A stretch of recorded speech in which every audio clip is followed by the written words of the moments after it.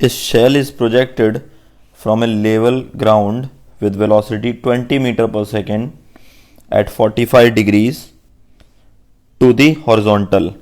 When the shell is at the highest point, it breaks into two equal fragments. One of the fragments whose initial velocity after the explosion is 0 falls vertically downwards. At what distance from the point of projection does the other fragment fall? So let us suppose we have the situation. This was our shell, and which is projected initially with 20 meter per second at an angle 45 degree. So this will follow path like this. So what happens at the topmost point?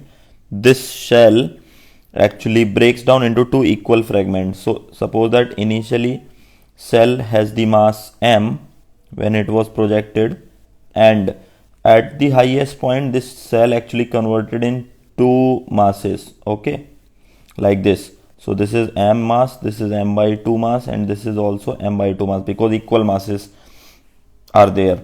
Now talking about the velocity, so initially this mass of mass m was having at topmost point, so initially this was having the velocities 20 into 1 upon root 2 cos theta, which will be 10 root 2, and this will also be 10 root 2 similarly.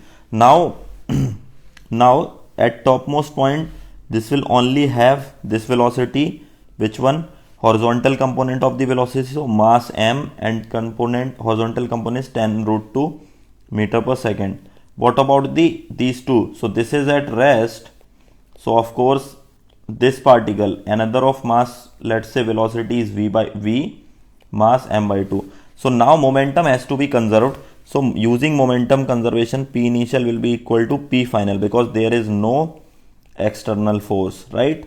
So if that situation is true, then we can say initially momentum is m into 10 root 2, finally m by 2 into 0 plus m by 2 into how much? So that will be into v.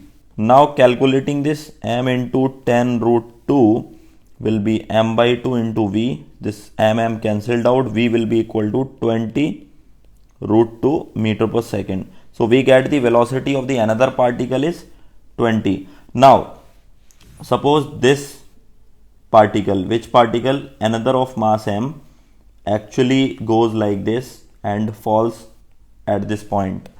Okay, so now say this distance is, let's say, y, and this distance is, let's say, x. Okay, so what is the value of x? So we know that x is clearly r by 2.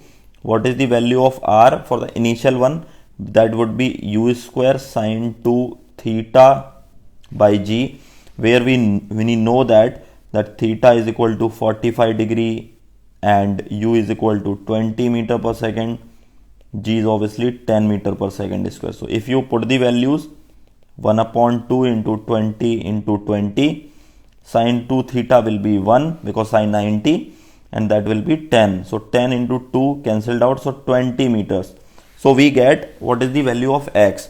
Now moving ahead, we need to calculate the value of y as well. So now situation is we are having a particle at some height, and this particle has velocity like this.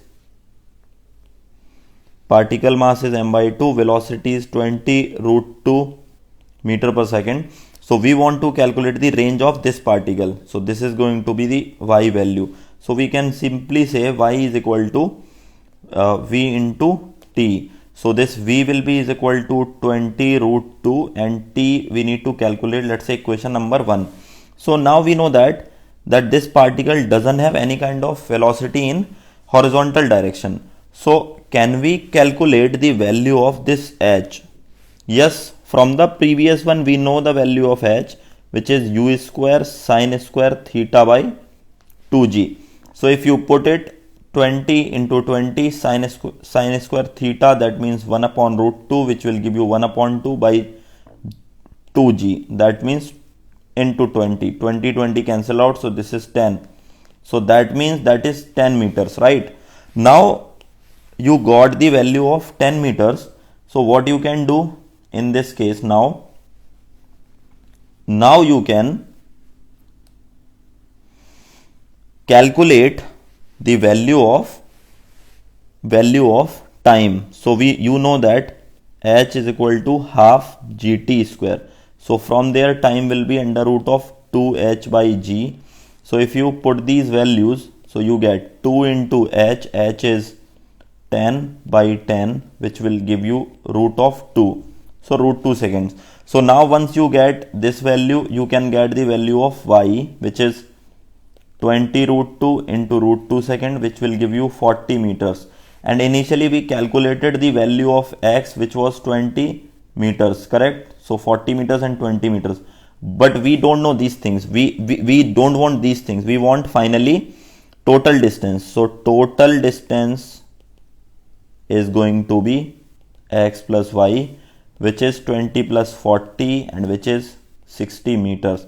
So it was a long question. Yes, of course. And the option number 2 is the correct answer. Okay.